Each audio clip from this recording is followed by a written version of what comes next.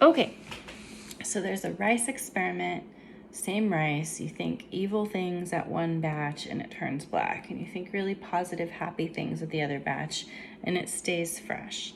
It's called the rice experiment. You can look it up. A lot of people have tried it. Basically shows how there's water in the rice and there's water in you, which is technically plasma because it's blood. Blood is plasma. Get into that later, but let's say 60% of your body is water, and then you use your mind to like change your vibration.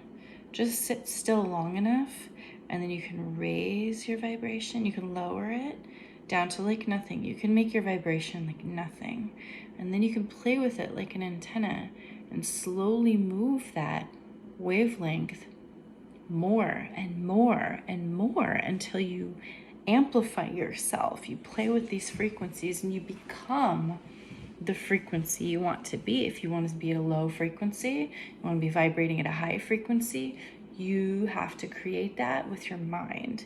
And then once you've decided in your mind which frequency you're tuned in at, when you walk around and go see people, you come close to them, you can feel it. You're like, oh, that person's nowhere near my frequency. I'm not going to hang out with them.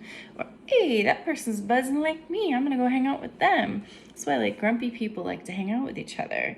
Happy people over here, and they don't mix. Okay, this is why. But let's say I see a person and they're sick, they're unwell, and I don't know why, but they're low vibration.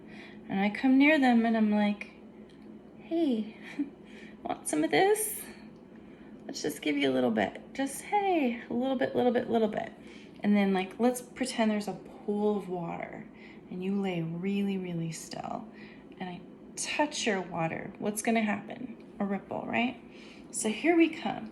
You're like a wave. You're salt water. Here's the ocean. Here's you. You're the wave. Here's me. I've amplified my wave a little bit, and I'm like, oh yeah, you want to play? Psh, I'm coming for you.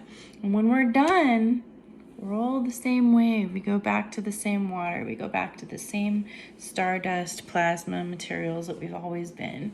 You break into little pieces. The electricity goes somewhere else. Everything decompartmentalizes, and so on. Just starts going through the loop again. You can't be you again. You're not even you now. You're never you. You can be a different you tomorrow. You can change yourself every day. And your wave will change, and your wavelength can change. So start at the lowest, lowest, lowest you can think of. Schumann resonance is really nice. The resonance fluctuates, I guess, depending on how high the earth is vibrating.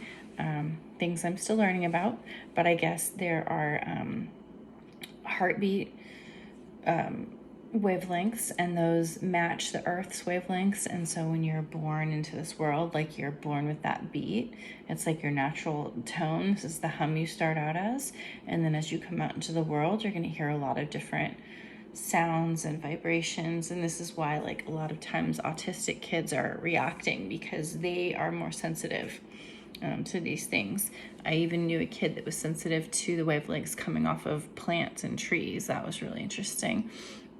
So anything can be communicated into meaning or messages, what we understand as words. But like if a tree can't say a word, you somehow have to figure out tree language to be able to talk to it and know what it wants, you know? And so when you lower your vibration, you can lower yourself to the vibration of a tree, and then you can talk to the tree. And I know a lot of people do this when they're on psychedelics, so maybe that's the vibration. I don't know.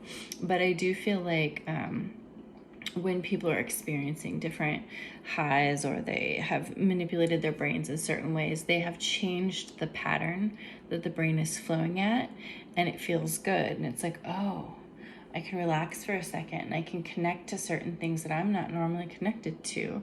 And I have more senses, and I'm noticing my senses. Like I just slowed down. And so this is something that Reiki does. It puts the patient on the table, they lay down, and I get them to slow down. I take the universe, let's say things are spinning in the universe. Here comes, you know, this one, and then we just hit the time warp and it starts getting sucked into a black hole. And I want you to go real slow. That's what I do to people when we're in session. I get you to slow down and stop.